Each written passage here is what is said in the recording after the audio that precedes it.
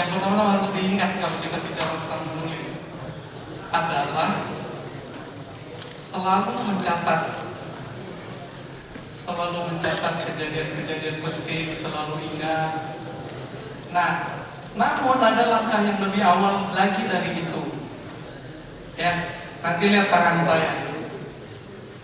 Kalau kita mau belajar menulis itu harus diawali dengan gembira. Ya, maka saya pengen bertepuk tangan. Saya nggak punya iya kayak tadi. Saya ingin dengar tepuk tangan Anda. Begitu saya angkat tangan saya, tepuk tangannya makin keras. Setuju? Ya, sekarang tepuk tangan.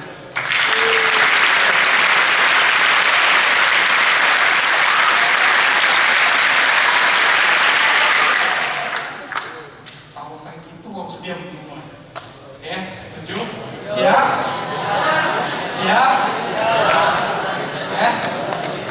Angkat dari situ ada. Ya, siap ya? Karena kalau nggak gembira, nggak bisa menulis. Nanti begitu semangatnya muncul ya, saya bakal berdiri di dekatmu. Begitu semangatnya muncul, nanti saya bicara tentang nulis. Dia makan pulang. Ya, pokoknya kalau saya sampai tinggi, namanya keras kan, kemarin gitu. Karena menulis itu, ya, ini curang pada makannya. Bagi teman-temannya. Sorry, kalau saya angkat PH ini, ya harus keras. Karena apa? Karena menulis itu ekspresi. Ingat itu. Menulis itu ekspresi. Ya, apa menulis itu ekspresi. Kalau dirimu punya pembawaan, apalagi kan kata Pak Ustadz Ali, setiap minggu diwajibkan nulis kan? Ayo, kalau dirimu punya pembawaan tenggelam, selalu malu, selalu nggak bisa ngeluarin perasaan, itu nggak bisa nulis. Ya, nulis nggak banyak teori deh. Saya alhamdulillah pada tahun 2010 mendapat beasiswa untuk belajar menulis di sebuah universitas di Amerika tahun 2010. Saya berpikir, aduh hebat nih, ya pelajaran nulis nih. Saya kan bidangnya ekonomi. Nah, jadi belajar ilmu ekonomi dulu S1, alhamdulillah dapat S2 beasiswa juga untuk sekolah ekonomi ke Inggris. Jadi saya tidak pernah belajar menulis. Terus saya dapat beasiswa tahun 2010 untuk belajar menulis. Wah, kesempatan ini. Kan saya banyak gak tahu tentang menulis. Tanya Pak Ustadz Ali deh. Nulis itu gampang susah. Kalau lagi susah, wah hebat nih. Terus saya belajar dari profesor-profesor sastra di Amerika, dari orang-orang terkenal. Ternyata semakin saya belajar, pertama, semakin saya nggak tahu. Bukan berarti adik-adik tidak boleh belajar menulis. Penting belajar menulis. Ya, bagaimana membuat karakter, bagaimana membuat plot, ya, bagaimana membuat struktur cerita, bagaimana storytelling, tekniknya penting. Namun ternyata ilmu menulis semakin pada akhirnya dia akan kembali kepada satu hal. Apakah itu ekspresi? Makanya ada istilah you are what you write. Anda adalah apa yang Anda tulis. Itu benar ekspresi itu. Ya, Anda nggak bisa bahasa Inggrisnya true to yourself. Ya, jujur kepada diri, jujur kepada pembaca. Ya, jangan kok tulisan saya nggak kayak orang ini, kok tulisan saya nggak kayak Pak Ustadz Ali, kok tulisan saya nggak kayak Bang Andrea Hirata. Itu namanya nggak jujur sama diri sendiri, karena tidak memiliki kemampuan untuk berekspresi. apapun, karena tidak ada benar dan salah dalam menulis, namun ada etika. Ya. Makanya saya, alhamdulillah sudah menulis 10 novel, berusaha untuk tidak nulis yang jorok-jorok dalam buku saya. Baca deh, tidak ada yang jorok-jorok. Namun tidak ada benar dan salah. Ada orang menulis 3 bab, tidak ada dialognya. Tidak ada dialognya. Bahkan saya sulit bikin dialog, nggak perlu. Kalau dirimu jago dalam deskripsi, tahu deskripsi, penggambaran, seperti aku sekarang di sini berada di antara kalian, subhanallah terus gitu dalam hatiku, takjub gitu. Nah, gambarkan suasana ini, gambarkan secara dimensional, gambarkan apa yang di atap, ini dasar dalam menulis, gambarkan apa yang ada di kiri, gambarkan apa yang ada di kanan, gambarkan apa yang ada di atas.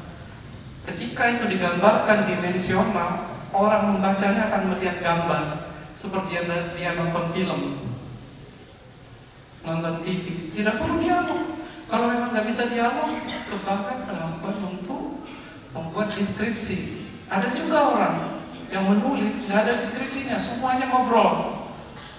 Itu kayak orang bikin skrip film. Ya, dia kuat dalam itu. Ya, dia kuat. Semuanya dialog.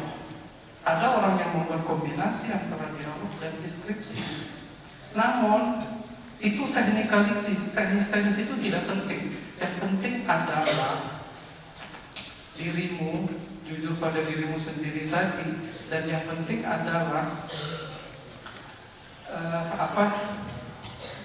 dirimu gembira, berekspresi, dan yang penting adalah dirimu tahu bahwa tidak ada aturan dalam menulis. Ingat itu. Tidak ada aturan dalam menulis. Ya, dirimu mau memasang puisi di antara tulisan, mau nempelin foto di antara tulisan, dirimu mau ceritanya gak seru, boleh aja. Ada banyak yang suka baca novel. Tuh, baca Life of Pi, kan ceritanya tentang seekor harimau yang terjebak dengan seorang manusia di sebuah sekoci. Ya kan, absurd kan? Tapi bukunya bagus tentang ini. Banyak orang yang menulis cerita.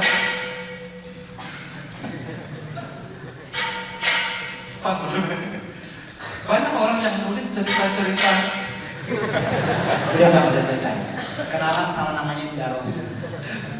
Banyak orang yang menulis cerita-cerita hebat tentang pembunuhan John F. Kennedy. Kan cerita hebat, gak bagus.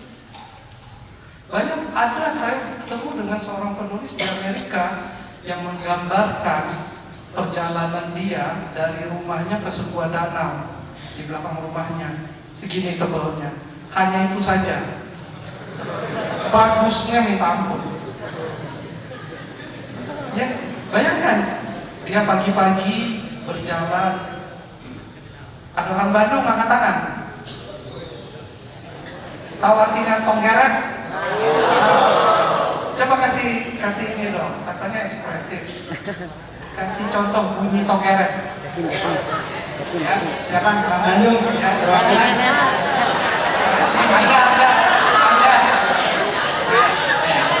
Maju. Ayo, kasih contoh. Kasih contoh secara penghayatan gimana bunyi tonggeret. Tarik nafas. Anda. Kasih tepuk tangan dulu dong.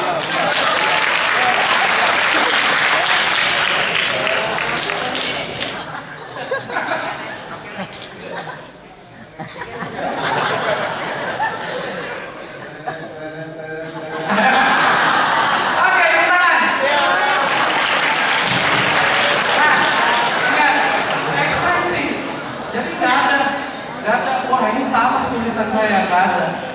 Yang penting berani ekspresi. Sekarang saya mau lihat ekspresinya ya.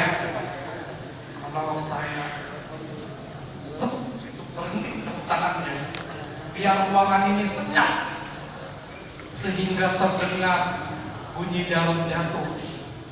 Tapi kalau saya tepuk tangan, keluarin semuanya. Iya. Mumpung Pak Ustadz lagi nggak ada, kita ribut aja. Oke, mulai. Tepuk tangan.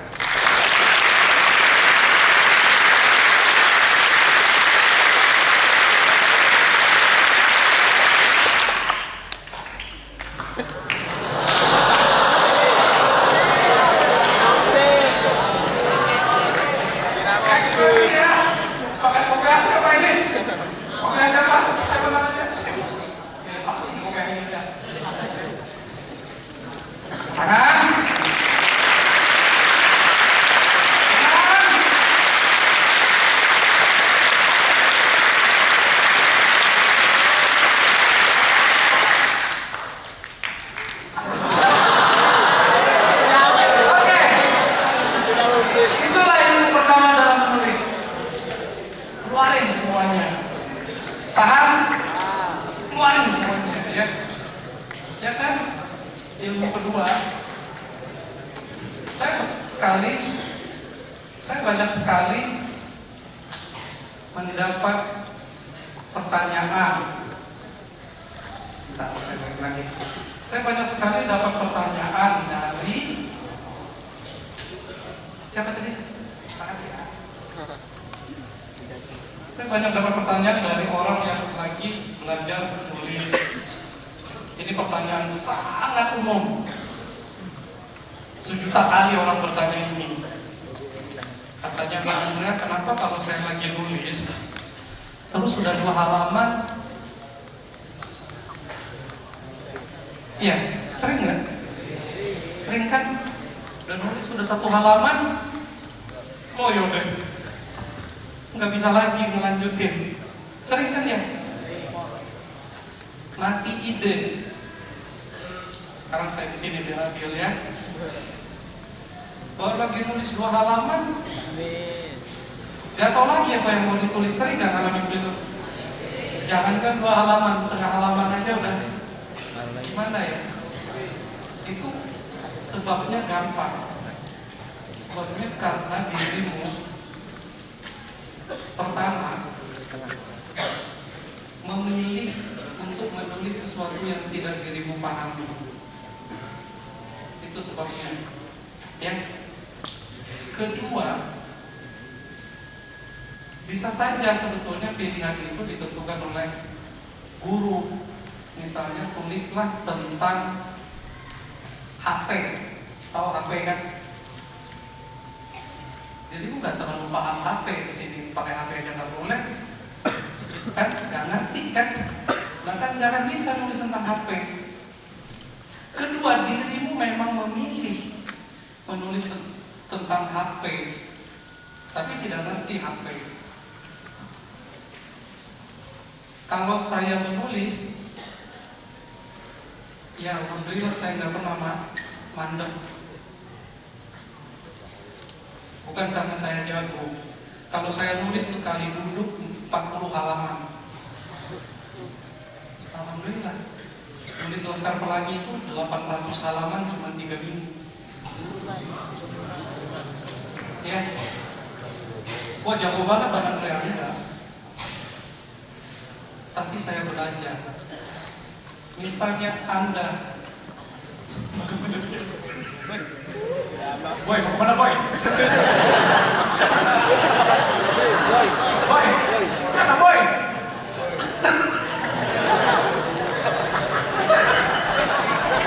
Boy, mana boy? Ambil orangnya. Nah, kalau saya nulis tentang HP, ingat nih, contoh, mengapa dirimu suka mandek? Yang nggak ngerti yang ditulis gimana mau nulis ya kan? Kalau saya nulis tentang HP, saya pakai waktu sebulan untuk belajar HP dari A sampai Z. Mereknya semua saya hafal, harganya semua saya hafal. Ya kan? Sampai berapa menit rata-rata orang Indonesia pakai HP, saya tahu. Berapa harga pulsa saya tahu. Berapa harga SMS saya tahu. Ya kan? Bagaimana kalau dalam ilmu ekonomi bagaimana struktur pasar namanya HP, bagaimana persaingannya, siapa produsennya, siapa pelaku-pelaku di pasarnya. Melotok dua kepala. Ya kan? Saya tahu perilaku orang pakai HP. Saya tahu berapa rata-rata orang SMS per kata per hari. Saya tahu perbedaan kebiasaan wanita dan laki-laki pakai HP. Maka ketika saya nulis HP, 500 halaman pun nggak akan beres-beres. Orangnya di tengah posisi ya. Mengapa kalian menulisnya suka mentok gitu ya? Karena nggak belajar tentang hal itu, karena tidak menguasai benar hal itu. Paham? Jadi kan hanya punya pengetahuan sedikit, ingin nulis ya jelas saja 2 halaman udah KO. Ya. Kalau saya nulis tentang HP, saya ngerti banget. HP Motorola StarTech generasi pertama tahun 94 yang mesti di-charge tiap 2 jam. Bentuknya kayak kulkas. Saya tahu generasi HP masa depan. Ya, generasi HP masa depan saya sudah baca di jurnal-jurnal tentang telekomunikasi. Yang saya tahu siapa saja ahli telekomunikasi, saya tahu siapa saja ahli jaringan, saya tahu perbedaan antara HP dan fixed line, PSTN. Saya tahu teknologinya, saya tahu teknologi PSTN yang di rumah itu pakai kabel, itu namanya PSTN, plain, kalau nggak salah ya, plain simple telepon network artinya. Saya tahu perbedaan antara teknologi GSM dan CDMA. Saya tahu bagaimana ngitung satuan Erlang. Tahu satuan Erlang kan? Satuan Erlang tuh kayak apa lah ya? Itu matematikanya rumit itu. Saya tahu density. Misalnya di Ponorogo berapa orang punya HP relatif terhadap jumlah penduduk. Saya tahu. Saya tahu berapa pendapatan rata-rata Telkomsel Ponorogo. Saya tahu. Berapa pendapatan rata-rata Telkomsel, Excelcom di Indonesia? Saya tahu. Ngerti? Kalau begitu, walaupun 2000 halaman, nggak akan kehabisan kata-kata. Maka kesimpulannya apa? Di dalam menulis perlu satu tahap yang disebut dengan riset. Jangan main berbeda.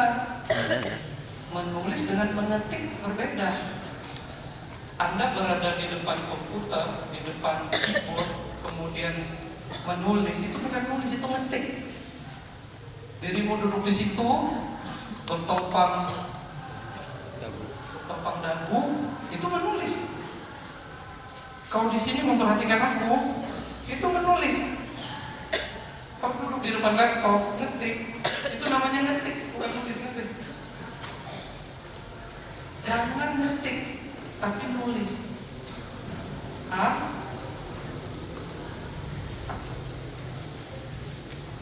Ada pertanyaan? Saya terima satu aja pertanyaan. Ya, yang mau bertanya, silakan.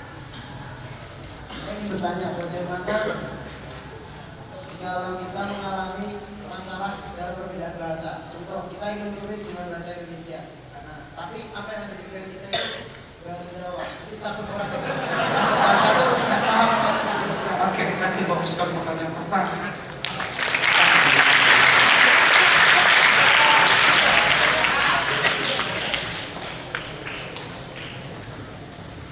Oke, bagus sekali. Wah, hebat sekali pertanyaan ini. Menurut saya, dirimu harus menulis berdasarkan bahasa yang dirimu paling nyaman. Ya. Kalau dirimu misalnya nyaman dengan bahasa Sunda, pakai bahasa Sunda aja. Begitu dia udah selesai, nanti diterjemahkan. Jangan sebenarnya nulisnya enaknya pakai bahasa Sunda, tapi dari awal memaksakan diri pakai bahasa Indonesia. Jangan sayang. Ya, pakai bahasa Jawa aja, nggak apa-apa. Tapi diterjemahkan. Ingat tadi yang pertama, begitu menulis ekspresif pasti harus gembira. Ilmu pertama. Ilmu kedua tadi adalah belajar, riset, ya. Ilmu ketiga yang ingin saya sampaikan adalah nawaitu, ya, niat. Ya, kalau dirimu niat nulis dari awal itu udah nggak benar, ya, misalnya nulis untuk menyombongkan diri, nulis untuk menyerang orang lain, untuk menjatuhkan orang lain, menulis untuk mengajak-ngajak kepada ketidakbenaran. Banyak buku begitu. Banyak buku yang ngajak-ngajak kita nggak benar, itu banyak. Kalau nawaitu dari awalnya udah nggak benar, inspirasinya nggak bisa datang. Hatinya tertutup. Ya. Tapi kalau dirimu benerin gitu, seperti misalnya insya Allah Ustaz Ali akan nulis tentang perjuangannya 14 tahun baru tamat SD dari Kendari pergi ke desa ini, dan dari keseluruhan tulisan itu dari awal beliau dan niat semoga ini menjadi inspirasi bagi anak-anak lain untuk belajar agama Islam, untuk berani merantau walaupun masih kecil, untuk berani berjuang. Insya Allah buku itu akan bagus. Insya Allah. Ya. Jadi jangan menulis biar aku kaya, jangan menulis biar aku terkenal, jangan menulis nanti biar bukuku jadi film. Itu adalah akibat. Dirimu harus belajar berpikir dalam tingkatan sebab. Ya. Kalau dirimu nulisnya bagus, ya akan jadi film. Filmnya pun kalau yang bikin filmnya nggak benar, jangan mau. Ya. Kalau bukumu bagus, ya insya Allah ya ada rezekinya. Popularitas, keterkenalan, janganlah menjadi tujuan.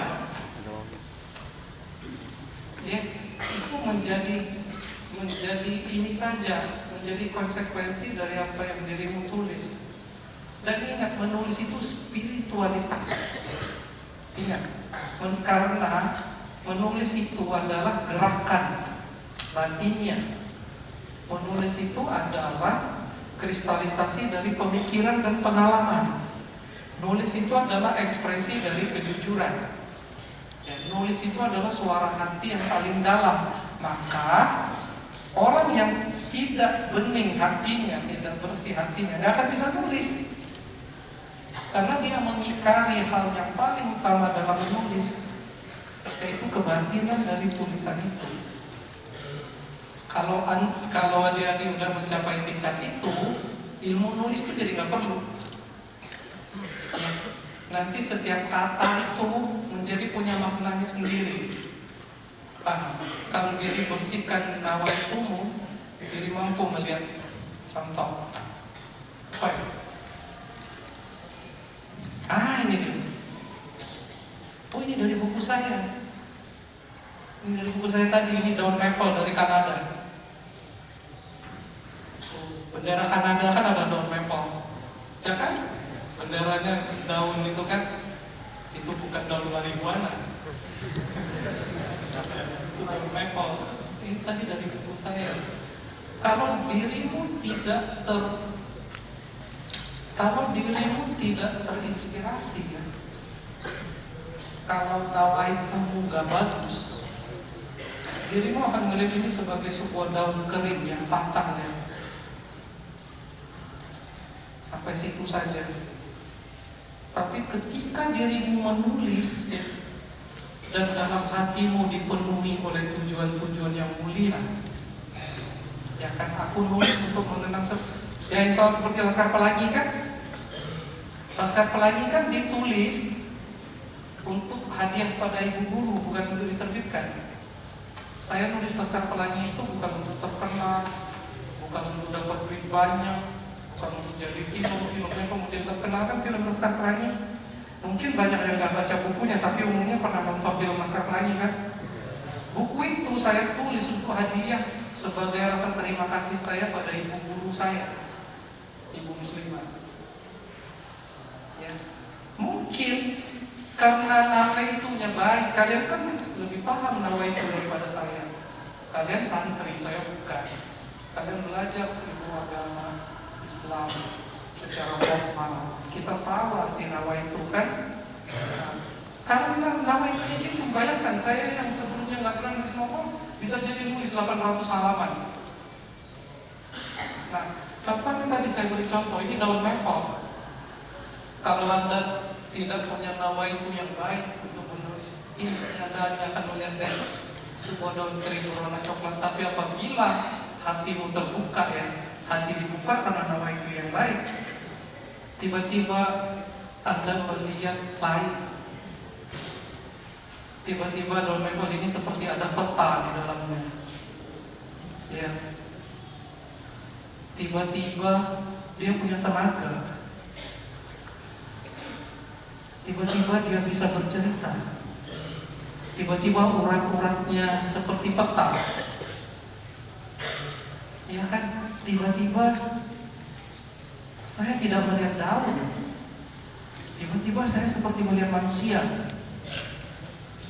Karena tulisan saya tentang daun maple ini akan saya tunjukkan kepada pelajaran bagi manusia untuk menghargai alam.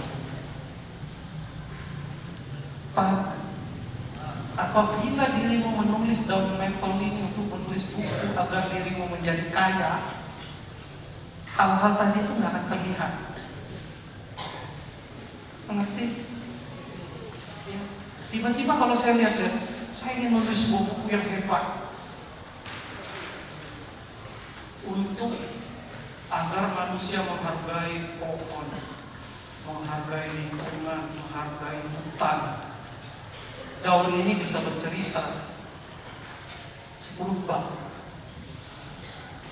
Karena saya bisa menamai dia, si daun misalnya. Paham maksud saya? Itu hanya selembar daun. Coba dirimu ingin menulis sesuatu yang lebih megah dari itu tentang Pak Ustadz gurumu, dan ketika mau menulisnya udah berkata pada dirimu sendiri bahwa buku itu akan kau persembahkan pada ibumu nun jauh di Bandung. Orang Bandung angkat tangan lagi. Orang Bandung melulu ya. Siapa yang paling jauh dari sini rasanya? NTT, Lombok, Malaysia, Aceh. Malaysia, Thailand. Nah, mengerti tadi? Ingat sudah ada 3 ilmunya. Pertama ekspresi, gembira, senang tadi. Kedua riset, ketiga niat. Ketiga, karena waktu kita terbatas, saya langsung pada hal yang keempat. Keempat adalah disiplin. Ya. Jadi, Bang Andrea 800 halaman 3 minggu. Jangan dikira ya. Itu ada waktunya. Saya waktu itu masih kerja di PT Telkom, makanya saya banyak tahu tentang HP tadi saya cerita. Saya tinggal di Bandung. Telkom Bandung kan di Jalan Japati. Saya kos di Taman Sari dekat kebun binatang. Itu malam saya sholat Isya di Masjid Salman ITB. Jam 8 saya selesai sholat, saya nulis sampai jam 2 pagi. Tiap hari. Indonesia dipenuhi oleh orang yang banyak rencana, tapi tidak konsisten dalam melaksanakan rencananya. Ada tipe-tipe orang yang senang membuat rencana, tapi tidak punya kemampuan untuk menyelesaikannya. Ingat, itu penyakit. Ingat itu. Itu penyakit psikologi. Ada memang orang yang senang memulai sesuatu tapi tidak menyelesaikannya. Makanya Roma Irama bikin lagu. Kau yang mulai, kau yang mengakhiri, kalian masih kecil nggak ngerti. Lagu lama. Jadilah orang yang berani memulai sesuatu dan menyelesaikannya. Kalau Anda tidak punya mentality itu, tulisan Anda nggak akan selesai.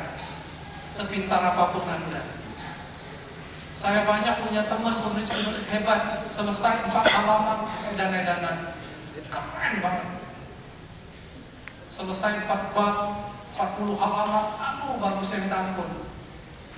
Tapi dia tidak punya kekuatan psikologis untuk menyelesaikannya.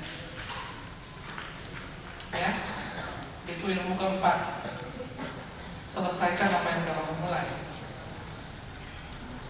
Ya, ilmu kelima, teknis. Ilmu kelima adalah berlatih. Dunia ini terdiri atas, ini tingkat SMP ya, SMP ya. Begini, saya cari cara sederhana menjelaskannya. Dunia ini digerakkan oleh gejala umum. Dunia ini digerakkan oleh gejala umum. Artinya, saya muni, ada apa? Muni. Apa yang Adam bisa, Muni bisa. Namamu? Aziz. Apa yang Aziz bisa, Adam bisa, Muni bisa. Mungkin Aziz bisa lebih sedikit, Adam kurang, Muni lebih tinggi lagi bisanya. Tapi umumnya mereka bisa. Namun ada namamu siapa? Pawas. Pawas Adam untuk ujian matematik perlu belajar seminggu, Muni sebulan. Siapa nama kau tadi? Muni. Kau tadi? Adam 2 minggu, Pawas cukup 1 hari. Namanya exception. Ya. Jadi manusia itu ada yang eksepsional, bakatnya luar biasa. Maka Pawas dia minggir karena dia tidak perlu belajar sekeras kita. Saya mungkin kayak Muni, belajar harus 2 minggu. Maka kecuali Anda seseorang yang eksepsional, segala hal yang Anda kerjakan itu harus berlatih, termasuk nulis. Bang Andra, kenapa harus susah nulis ya? Karena nggak berlatih. Jadi misalnya 1 paragraf ditulis saja, diulang lagi, tulis ulang lagi. Misalnya, saya kasih contoh, buku Lestari Pelangi. Buku Lestari Pelangi yang bahasa Indonesia siapa yang punya? Ada yang bawa Lestari Pelangi bahasa Indonesia? Tapi ada satu di situ. Enggak, ada di sini tadi ada satu tadi ini. Jadi pindah sebentar. Bukan plastiknya. Boleh? Enggak, ini ada ya. Nah ya caranya ya.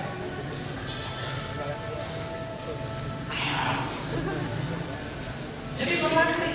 Ternyata Anda tahu saya suka main gitar. Ya. Saya suka main gitar. Nggak boleh main gitar ya. Itu jari itu dilatih. Begitu juga nulis ternyata. Lihat ini. Saya menulis paragraf pertama.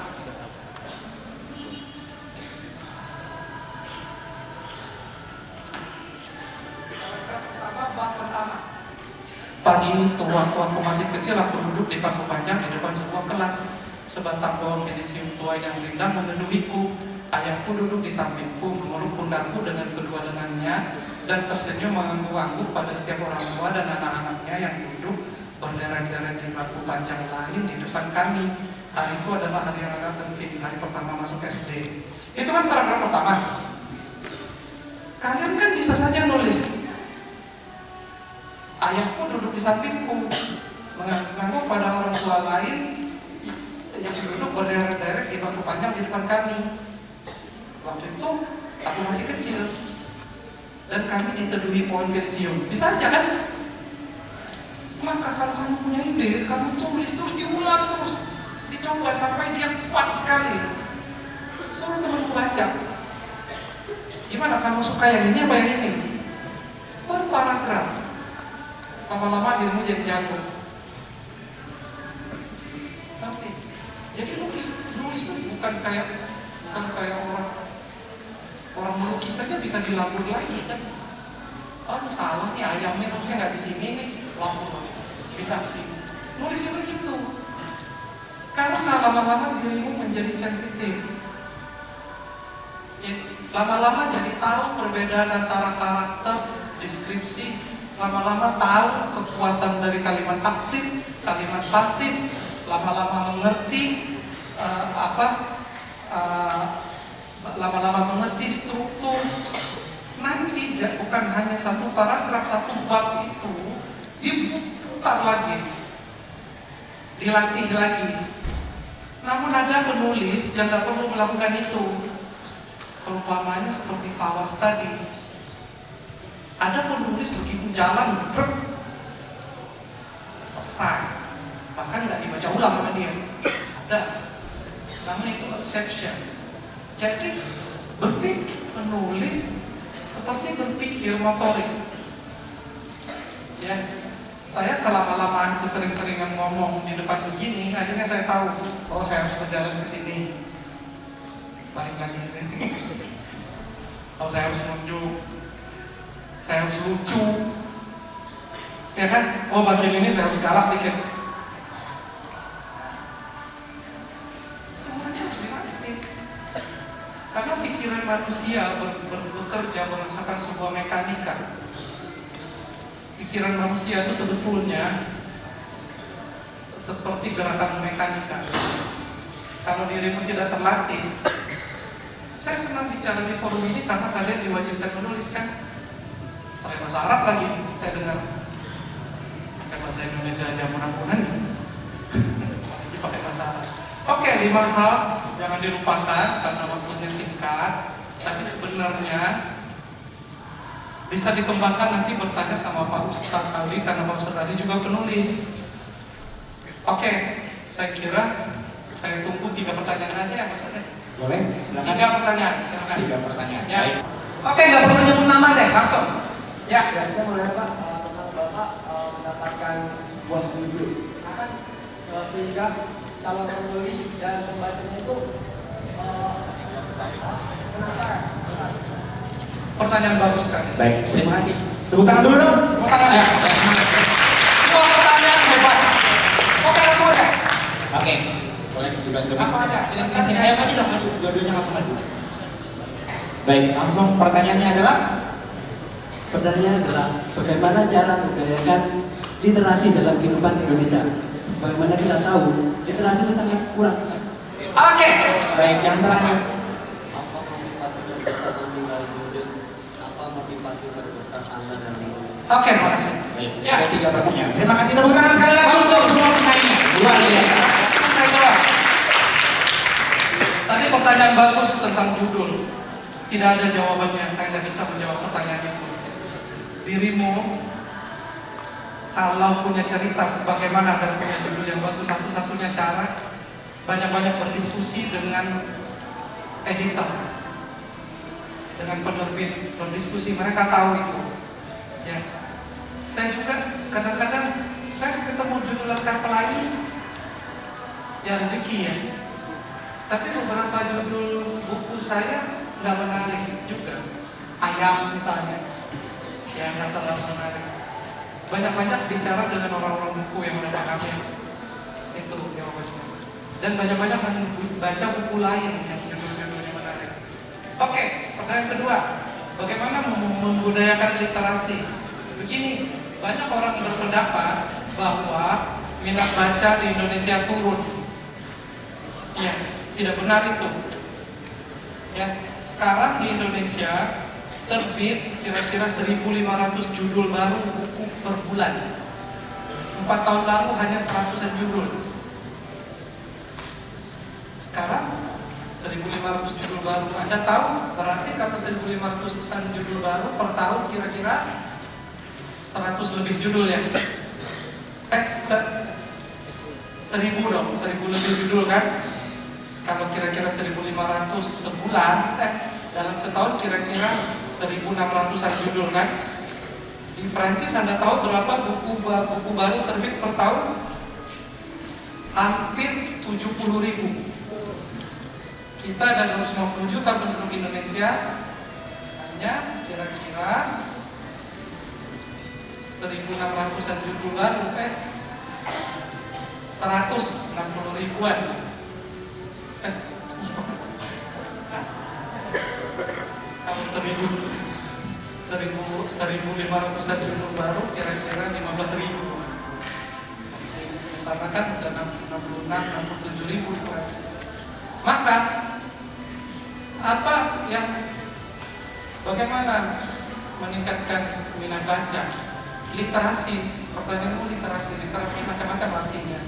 Tapi kita pakai ini saja. Mungkin maksud pertanyaanmu adalah meningkatkan minat baca ya. Nah,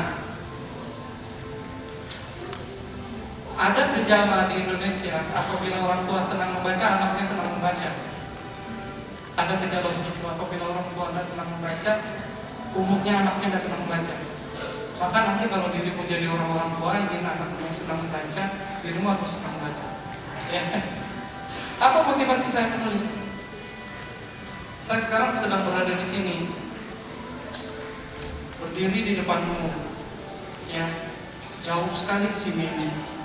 Tadi bangun subuh dari Jakarta, ya, menjauh ke desa ini. Motivasi saya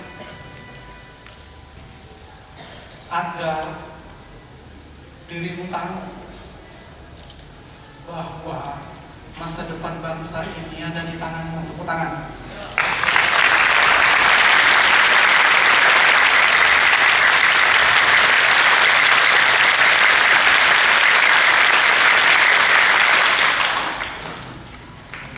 Capek-capek kesini nih. Buat kau.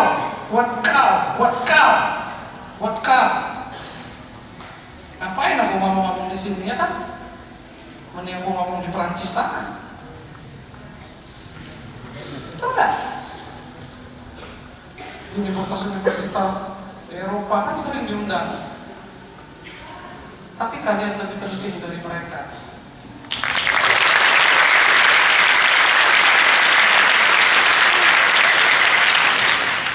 Ampunan kesini nih, sawah, gunung, ya kan, ngebut, truk, motoran panas, klakson, becak, pasar lagi, truk lagi, ambil dari sini, dari sana berapa mobil. Itu Ustaz Andra adalah pembalap Paris Dakar. Ya kan?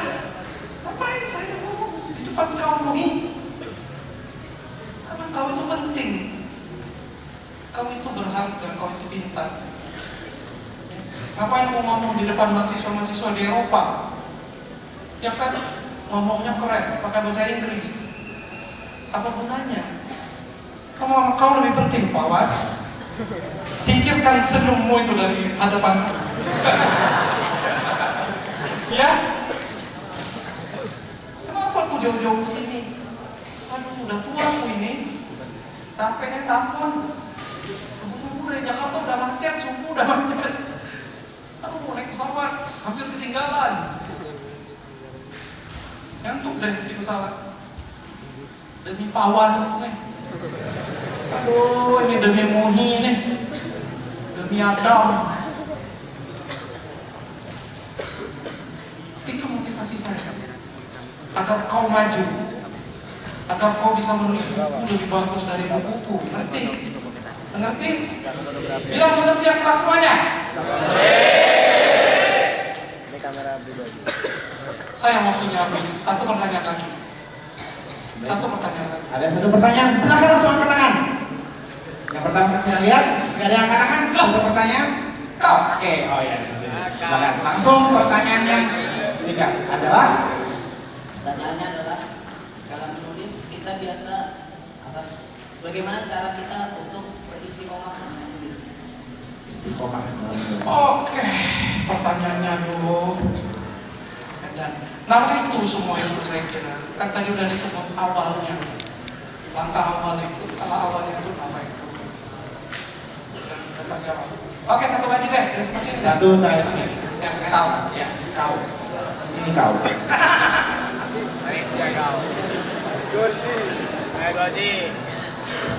Pertanyaannya adalah Apakah perbedaan sangat besar antara menulis dengan tangan dan juga mengetik? Adakah yang berbeda? Oke. Pertanyaannya lucu dan kedengarannya sederhana tapi sangat penting. Nanti kalian akan belajar kalau udah nulis bahwa motorik itu berhubungan dengan your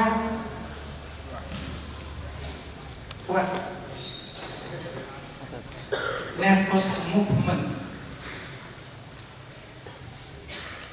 Makanya banyak penulis senior yang tidak mau pakai komputer karena idenya baru muncul ketika dia menghantam mesin tik itu. Paham? Makanya nervous movement.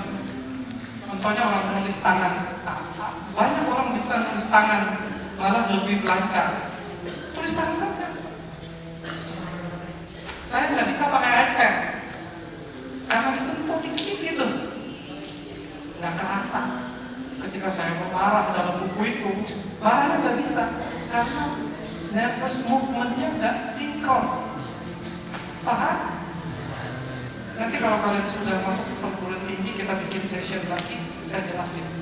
Sekarang kalian bisa menganggap saja mulutnya. Ya, oke. Begitu saja saya kira. Mohon maaf apabila ada kata-kata yang salah. Menakjubkan berjumpa dengan adik-adik. Saya bangga, saya merasa terhormat, dan dirimu juga harus tahu betapa berharga dirimu, pintar, masa depan negara bangsa ini, agama Islam ini ada di tangan kalian. Ya, jangan lelah berjuang, menjadi lelah pintar dan berkarya. Ya. Wassalamualaikum warahmatullahi wabarakatuh. Waalaikumsalam warahmatullahi wabarakatuh. Kita kasih tepuk tangan sekali lagi buat Kang Mudayana.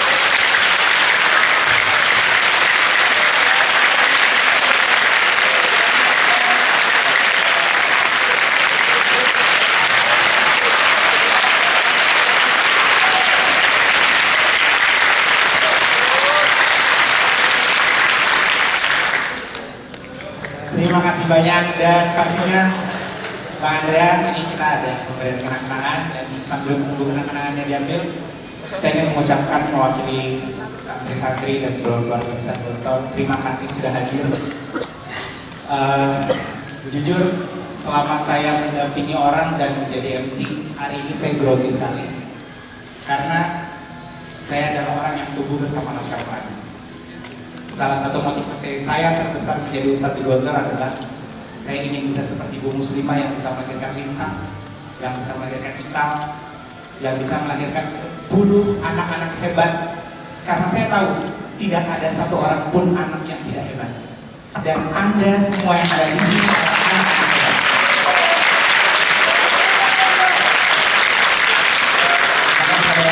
Terima kasih banyak Bang Andrea dan kami mohon maaf kalau misalnya santri ini ya bentuknya ada yang lagi makan.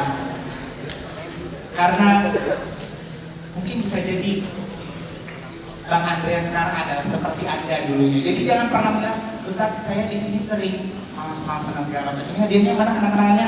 Oke, ini adalah satu pertama sebuah karya dari kami anak-anak dibuat langsung, sebuah karikatur Bang Andrea di depan Asri Dokter.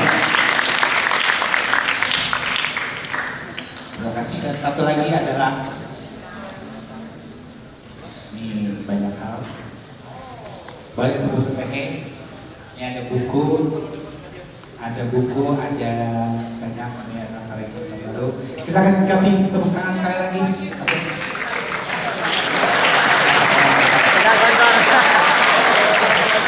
Tangan yang paling keras untuk orang Martani Gwan Darussalam.